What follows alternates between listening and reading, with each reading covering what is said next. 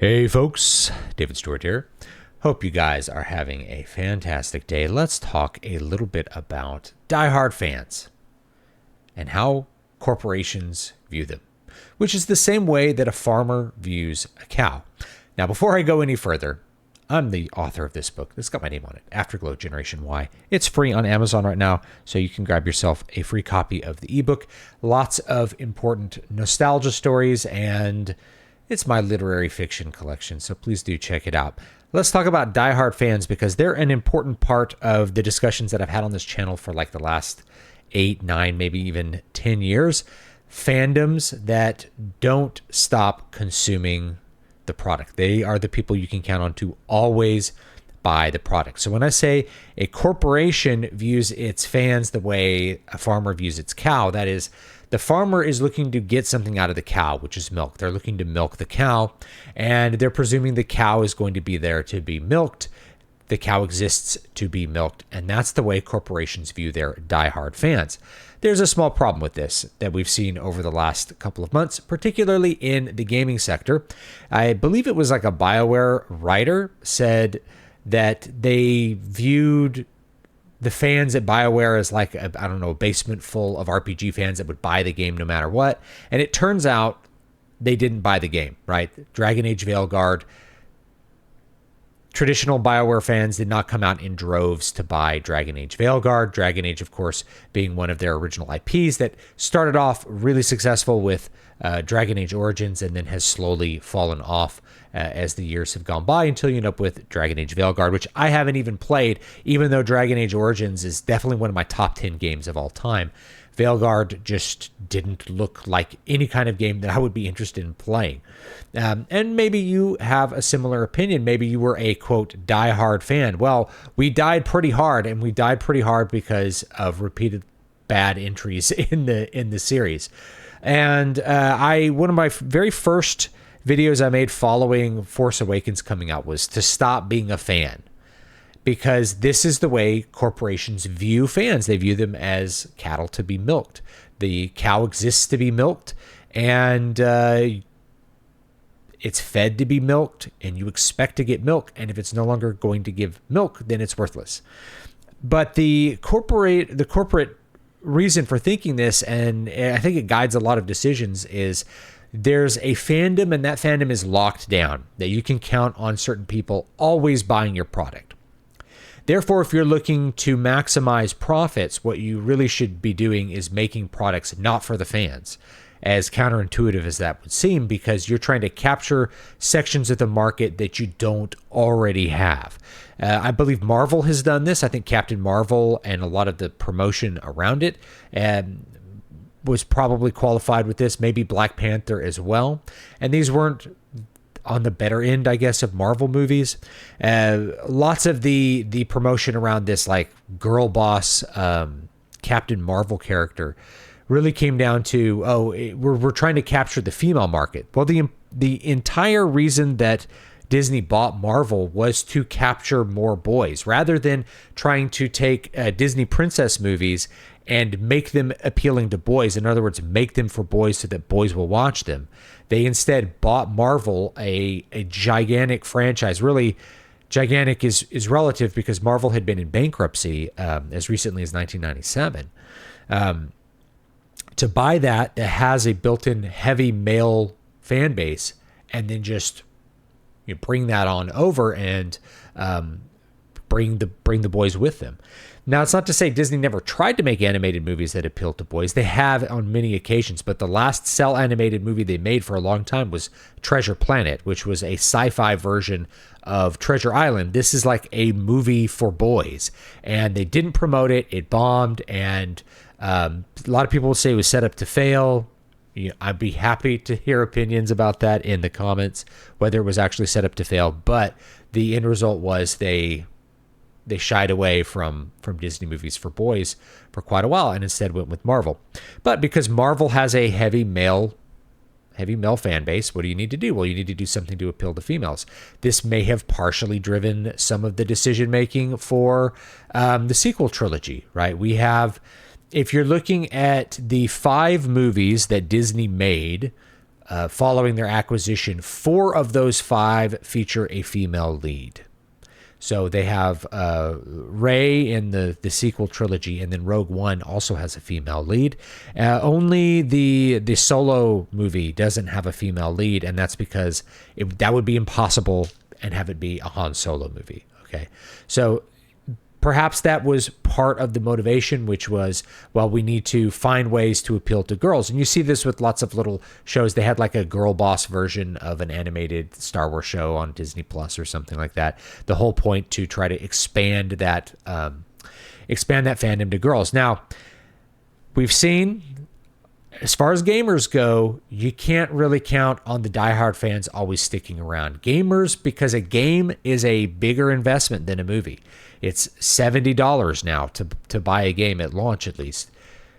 Gamers tend to be a little bit more discerning. They want to see what the game plays like. They want to see what all the game is all about. And they will choose not to buy if they smell a stinker. That's why I didn't buy Dragon Age the Veilguard. Part of it was that I've had several stinkers, and eventually you run out of goodwill. And when I see one more stinker, I'm not going to buy it. But people have felt that way about whatever series, pull whatever series you want out of it. I haven't bought the last World of Warcraft expansions, despite some of my most popular videos on the channel being about World of Warcraft. I no longer play World of Warcraft. You've dropped too many stinkers, and really, I mean, there's a whole nother things. Like my friend stopped playing, so there's just not really a reason to play it. But yeah, you can count on certain diehard fans always being there, but I think the critical mistake is corporations always assume there's more of them than they actually are. So by not serving them, they can just ignore them, count on them always buying the product, and try to cultivate other interest in the franchise. I think BioWare did this multiple times. So it's not just, if you look at, say, Dragon Age Origins to Dragon Age 2 to Dragon Age Inquisition, you have a severe dumbing down of the gameplay. So whereas Dragon Age Origins had the classic BioWare D&D inspired style, which we know is very popular because Baldur's Gate 3 has that and people really love it, but they assumed that they were missing some segment of the market that wasn't interested in that tactical kind of turn-based RPG format, and instead they went with something that tended to be more action. They dumbed down like this, skill trees. They dumbed down the combat. They dumbed down the encounters. They made it flashier, right, to appeal to a different demographic, because they assumed, well, we already locked in these fans. They're going to buy the sequel, so we make the sequel more general appeal. And that's how you get Dragon Age 2, and that's also how you get Mass Effect 2, because the original Mass Effect is a more cerebral game when it comes to the stats and stuff. It's a more cerebral game when it comes to all the various little pieces that go into the game, including the story. Mass Effect 2 is basically a dating sim with a completely unrelated sort of sequel story going on. I thought it was a massive dumbing down of the franchise, even with the second example. But I think it worked to some extent, because I think the audience expanded for Mass Effect 2, and I think a lot of people view Mass Effect 2 as like the best entry in the series, though I think that that's the original. So I think BioWare's done this, multiple times, but it's kind of a more recent corpo strategy to see it kind of spread throughout everything else. We have an action RPG with Final Fantasy 16. Was this really necessary? What about Final Fantasy fans? Well, the presumption, I think, was that Final Fantasy fans were going to buy Final Fantasy 16. I know I bought it because I'm a fan of Final Fantasy 16. And while I actually like the combat and I like the gameplay in Final Fantasy 16, I have to agree with people when they say, this is not a Final Fantasy game. Like, its roots are in the setting, but there's a different setting in every game. So it's just, there's like crystals, I guess, and that makes it Final Fantasy. The gameplay is just too far removed from any of the gameplay that we've seen, even over the last 20 years in Final Fantasy, right? It's more removed from even the gameplay of the Final Fantasy VII remakes. It's nothing like Final Fantasy 12. We actually haven't had a proper turn-based mainline Final Fantasy game since Final Fantasy X, and I believe that was the year 2000. So it's been a quarter of a century since we've had the familiar kind of gameplay, and at a certain point you have to ask, like, what is this series even about? I feel like Final Fantasy 16, people were writing like, this just doesn't feel, it feels like it was made to appeal to God of War fans. We kind of already had that with Stranger of Paradise, which I actually also enjoyed that game. But anyway, the point was, I think there's an assumption that you can lock down one part of the fan base and try to add to it. The more adult story of Final Fantasy 16, the weird, like overly prurient tone of the game doesn't fit very well with the series either, in my opinion. So that might be a really good explanation for what's going on. I think the theory fits as far as how corporations approach this sort of stuff. Why are they making sequels that don't appeal to the fans? The answer is because they assume the fans are going to buy it. They imagine the die-hard fans are always going to be around. The cow's always going to be in the pasture to milk. What we need to do next is we need to diversify our farm. We shouldn't just have the cow and take care of the cow. The cow's out in the pasture. It'll feed itself. You walk out one day and the cow's dead. And you're like, what happened? Well, you didn't feed the cow. That's what happened. You didn't feed the cow and the cow died. So I think we're seeing that more with diehard fans. And I look at myself as, I don't know, that's the starting point for a lot of these thoughts. Certainly I was a big Metallica fan up until Saint Anger came out, and then I really stopped being a Metallica fan. Metallica played here in Houston the other night on my birthday, and I didn't go. Why didn't I go? Well, it was the same reason I didn't go to any other Metallica concert over the last however many years. Is it's too expensive, and the reason it's too expensive is that I'm not that big of a fan anymore. It's more expensive than I am a fan. Like there's a level of, I love this band enough to pay money, and those things are not crossing. Metallica's cost is up here, and I care about seeing them. Like to have it on the bucket list and say like, I really loved this band in the 90s. It's pretty far down here. That's really the truth, along with other things that we've talked about on the channel. But my fandom tends to go away after I bought Saint Anger on the day it came out.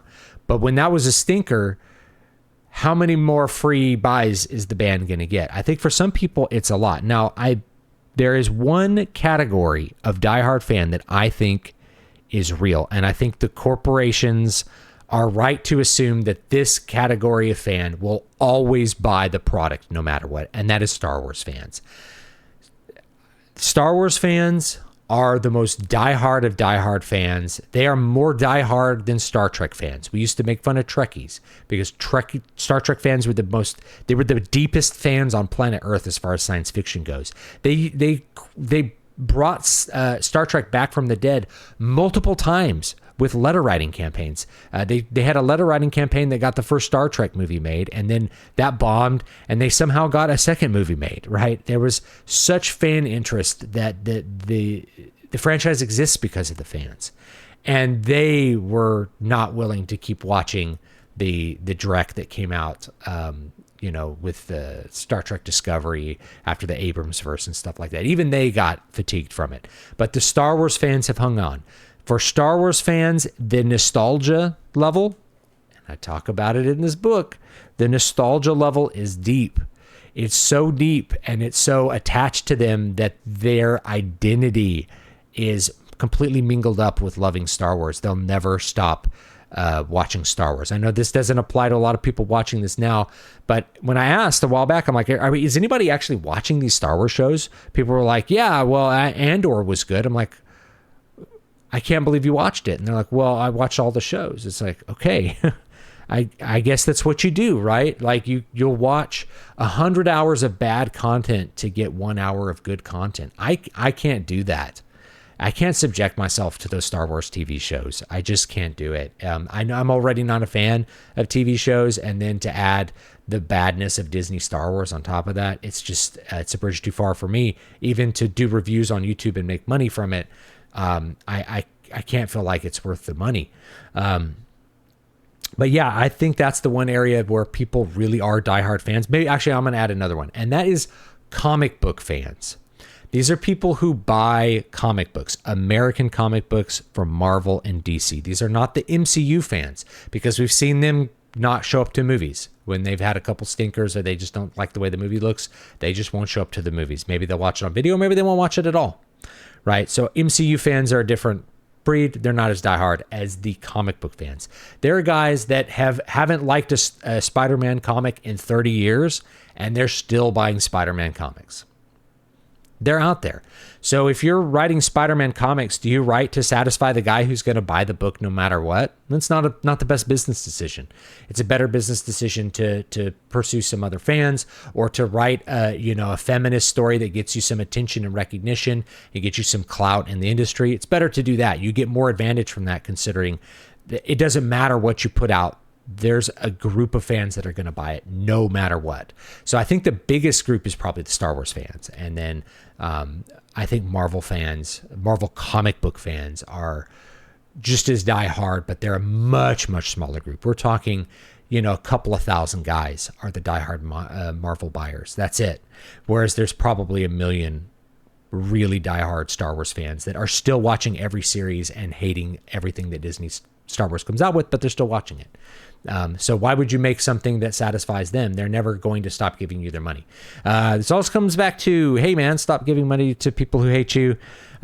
We've gone over that many times. Brian Niemeyer wrote a book on it. The main reason that you stop giving money to people who hate you is for yourself. Okay. It's for your own benefit. So maybe you hate me and you need to stop giving me money, in which case, okay, that's how it is. But you don't have to give me money to read this book. It's free for the next couple days. So find it down below. Leave me your thoughts down below, and I will see you all next time. Have a great, great day.